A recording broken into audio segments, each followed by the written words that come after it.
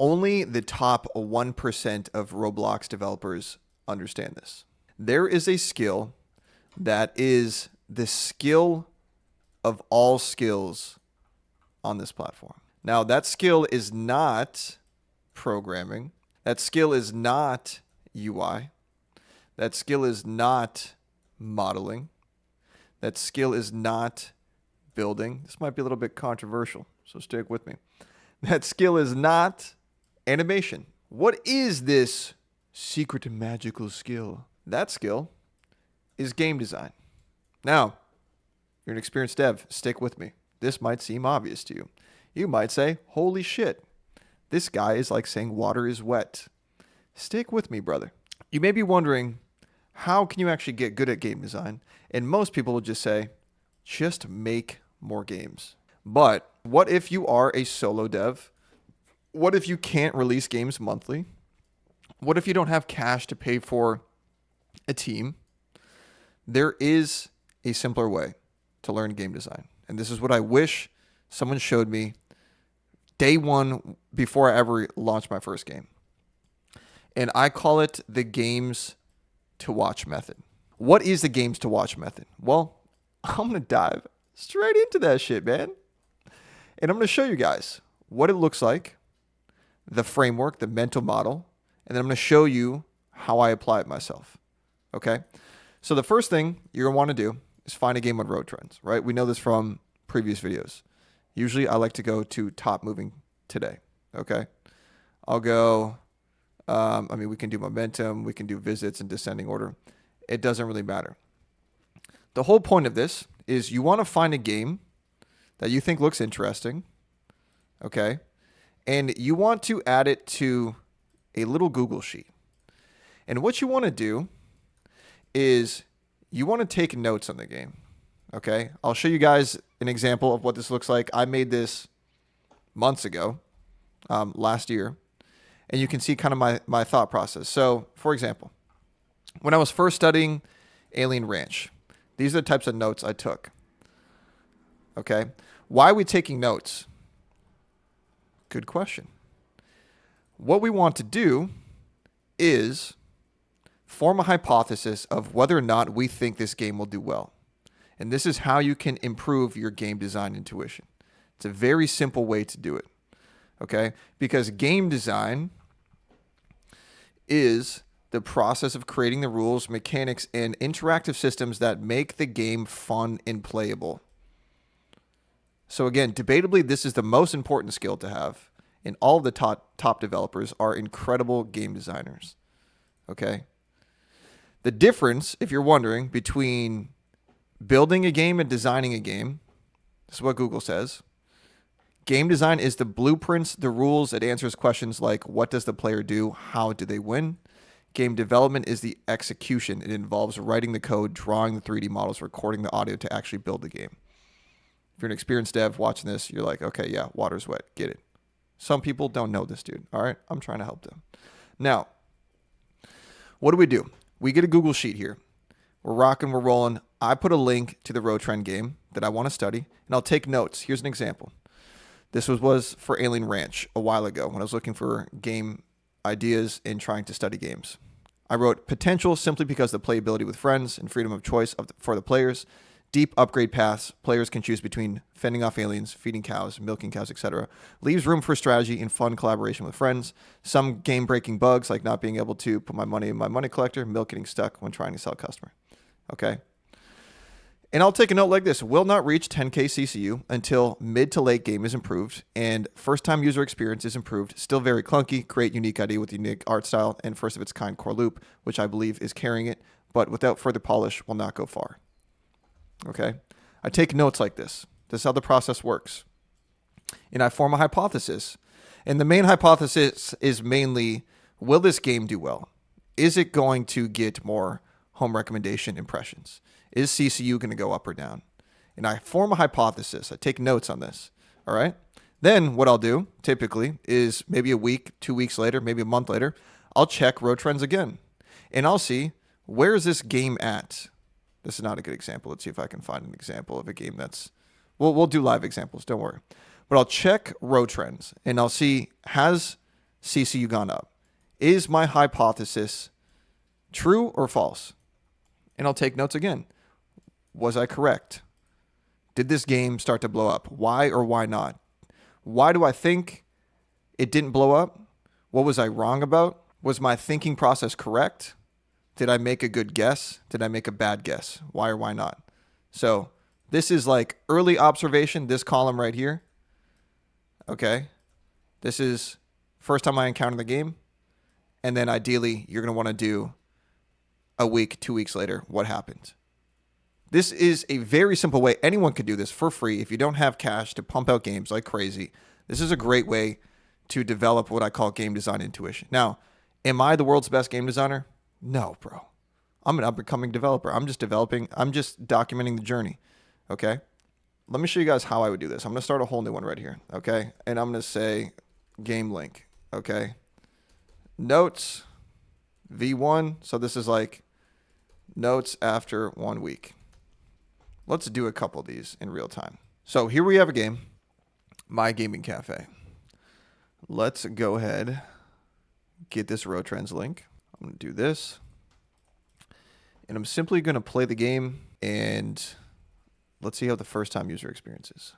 Okay. Unlock the PC, monitor, and keyboard on your first desk.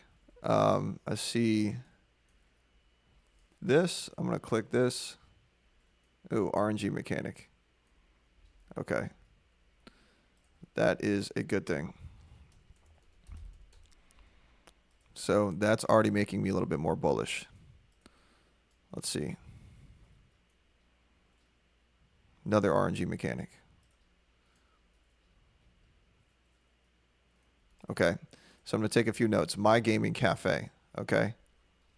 I'm just going to say interesting core fantasy. Now, mind you guys, this is all about forming a hypothesis. So it doesn't matter if you're right or wrong. You're still going to learn. Okay. If you make a judgment call, you think that a game's going to blow up, but it doesn't end up blowing up, you still learned, right? If you make a judgment call that you think a game is going to blow up and it does blow up, you still learned. Let's keep playing. Buy your second desk. Okay. This is a bit clunky with this arrow going through the wall. Maybe they could start without the walls already existing. Just a thought. But let's see. Press the spin button, roll for an item. Okay, another RNG mechanic. Okay, take the rolled item from the pad, walk to the desk, replace a component with your held item. Tutorial complete. Okay. So I would say pretty clear tutorial.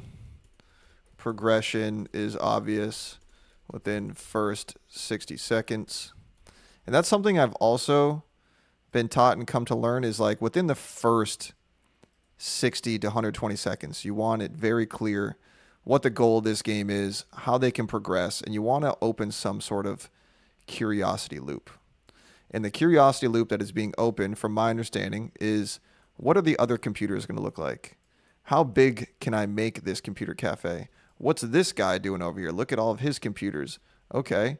We have this social flex element, which is something I'm going to take note of. Social flex element. I can see others' plots.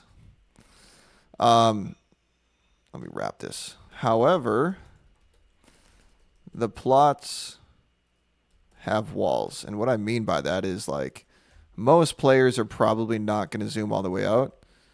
So it's not very evident and obvious how the other players are progressing. And that is, in my opinion, a level design issue. Okay? So I think that is limiting the game right there. You guys know what I'm talking about with like social flex element, right? Like I want to be able to immediately come in here and see that this guy over here is way ahead of me and this guy over here is way ahead of me without having to actually physically go over to their plot. Okay. But let's keep playing. Let's see. I do like the RNG mechanic. It opens a curiosity loop that I want to close. Okay. Within the first 5 minutes, I already feel like I'm progressing. So balancing feels good. And then the ways to progress are very clear. I just think the execution of the social flex element could be a little bit better. I see that this guy has a bigger building. Okay, that's interesting. I get that it's a gaming cafe. Maybe it could be an outdoor gaming cafe, potentially.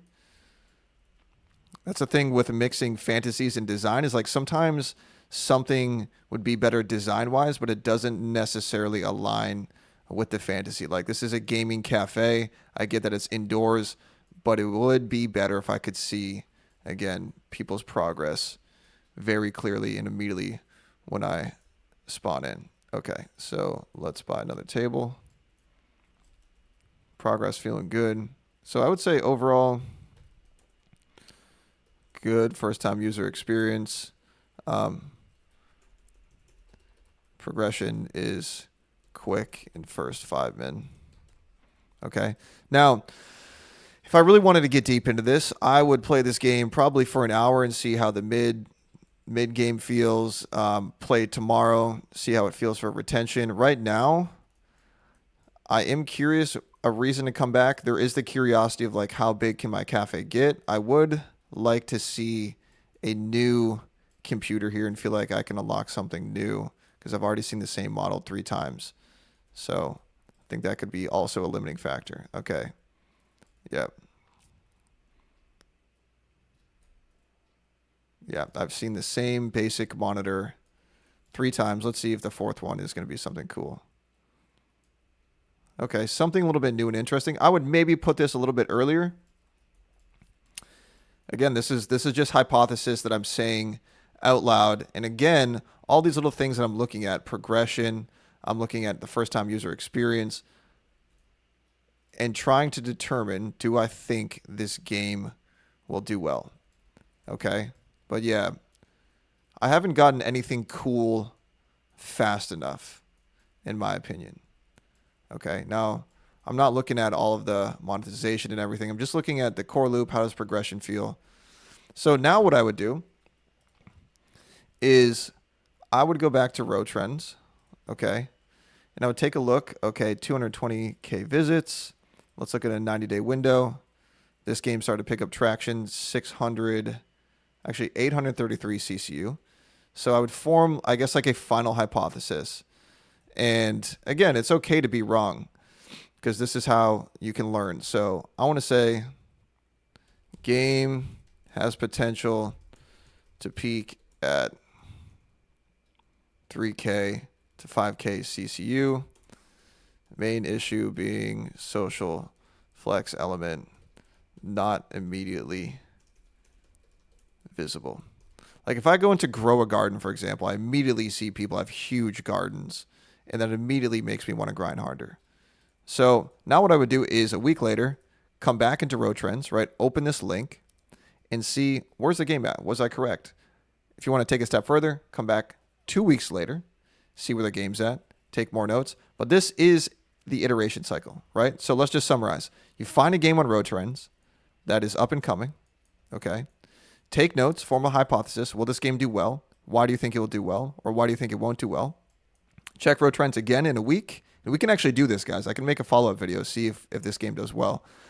And then a week later, after you check the stats, you want to see if your hypothesis is correct or not, which is what you would put here. And this is how you can start to develop game design intuition without having to launch your own games. You should still 100% launch your own games. It's a must.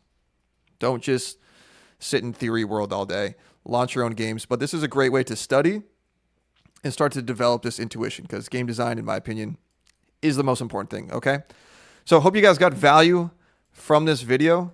This is what I did when I first started. I actually need to get back into it, so it's a great reminder. And shout out to all the amazing devs that have been helping in the server. I've been learning a ton from you guys. Much love. Peace.